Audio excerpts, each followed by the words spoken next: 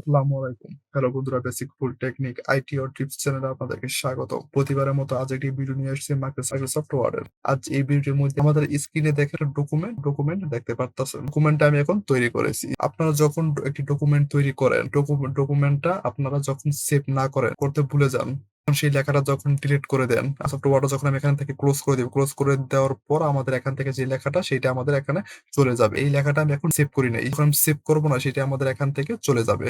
আমি যখন এখন এই লেখাটা আমি সেভ করব, সেভ করার পর আমি যখন মাইক্রোসফট ওয়ার্ডটা যখন আমি এখান থেকে কেটে দিয়ে আমি নতুন করে আবার সেভ করে রাখার পর আমি ওই অপশনটায় গিয়ে আমি যখন ক্লিক করব, ক্লিক করার পর আমাদের এই লেখাটা আমাদের এই ডকুমেন্টটা আমাদের ওপেন হয়ে যাবে। এখন আমি ডকুমেন্ট আমি তৈরি করেছি, সেই ডকুমেন্টটা তো আমি এখন সেভ করব না। আমি না সেভ করে আমি সেটা আমি রিকভার করব। কিভাবে আমি রিকভার করে আমি নিয়ে আসবো? আমি সেভ না করে আমি কিভাবে রিকভার করে আমি নিয়ে আসবো? আমি আবার আপনাদেরকে বলতেছি, আমি এখন যে ডকুমেন্ট আমি তৈরি করেছি সেই ডকুমেন্টটা আমি এখন সেভ করব না। সেভ না করে এই ডকুমেন্টটা আমরা কিভাবে রিকভারি করে নিয়ে আসবো? এইটা আজকে সম্পূর্ণ ভিডিওর মধ্যে এই টপিকটা আমরা দেখবো। চলুন ভিডিওটি শুরু করা যাক। আমি এখানে যে ডকুমেন্টটা তৈরি করেছি সেই ডকুমেন্টটা আমি এখন সেভ করে নেই। সেভ করতে হলে আমরা এখানে ফাইলে গিয়ে আমাদেরকে সেভ করতে হয়। আমি এখন সেভ করব না। সেভ না করে আমাদের এখানে ক্লোজ এ গিয়ে আমি এখান থেকে আমি কেটে দিব। কেটে দেওয়ার পর আমাদের এখানে যে মাইক্রোসফট ওয়ার্ড এর যে বক্সটা চলে আসছে, এখানে ৩ টা অপশন দেওয়া আছে। একটা হলো সেভ, একটা হলো ডন্ট সেভ, একটা হলো ক্যানসেল। ৩ টে অপশন দেওয়া আছে। আমি এখন সেভ করব না। আমি ডন্ট সেভ দিব। তাহলে আমাদের এই ডকুমেন্টটা আমাদের সেভ হবে না। যেমন যে ডকুমেন্ট তৈরি করেছি সেই সেম ডকুমেন্টটা আমরা কিভাবে নিয়ে আসতে পারি। তার জন্য এখানে ডন্ট সেভ এর উপরে ক্লিক করব। ক্লিক করার পর আমাদের এখান থেকে সেই লেখাটা আমাদের এখান থেকে চলে গেছে।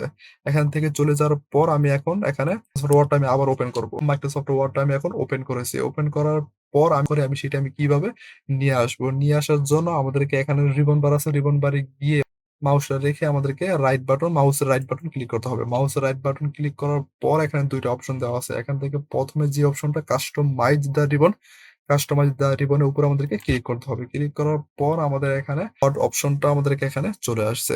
আসার পর আমাদেরকে এখানে লেখা আছে সেভ। সেভ এর উপরে আমি ক্লিক করব। ক্লিক করার পর এখানে দেখেন লেখা আছে অটো রিকভার ফাইল।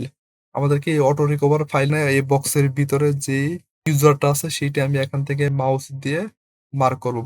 মার্ক করার পর এখানে আমি কপি করব। এখন কপি করব। কপি করার পর এখানে ক্লোজ দিব। ক্লোজ করার পর আমি এটা কেটে দিব। কেটে দেওয়ার পর আমি আমি এখানে যে মাইক্রোসফট ওয়ার্ডটা সেটাও আমি এখান থেকে ডিলিট করে দিব। ডিলিট করে দেওয়ার পর এখানে টাইপ হিয়ার টু সার্চ এ গিয়ে আমি এখানে লিখব ফাইল। ফাইল লেখার পর এখানে দেখেন লেখা আছে ফাইল এক্সপ্লোরার, এখানে এটা চলে আসছে। এখানে ক্লিক করব। ক্লিক করার পর আমাদের এখান থেকে পেজ চলে আসবে। আসার পর এখানে দেখেন লেখা আছে কুইক অ্যাক্সেস। আমাদেরকে কুইক অ্যাক্সেস এর উপরে গিয়ে এখানে একটা ক্লিক করতে হবে। একটা ক্লিক করার পর আমি এখন যেটা আমি কপি করেছি সেটা আমি এখানে পেস্ট করে দিব। মাউস রাইট বাটন ক্লিক করব। মাউস রাইট বাটন ক্লিক করার পর এখানে পেস্ট এর উপরে ক্লিক করব। তাহলে আমাদের এখানে পেস্ট হয়ে গেছে। পেস্ট হওয়ার পর কিবোর্ড থেকে ইন্টার বাটন প্রেস করব। ইন্টার বাটন প্রেস করব। ইন্টার বাটন প্রেস করার পর আমাদের এখানে ওই যেই ফাইলটা সেটা আমাদের এখানে চলে আসবে। এখানে দেখেন ফাইলের নেমটাও আমাদের এখানে দেওয়া আছে।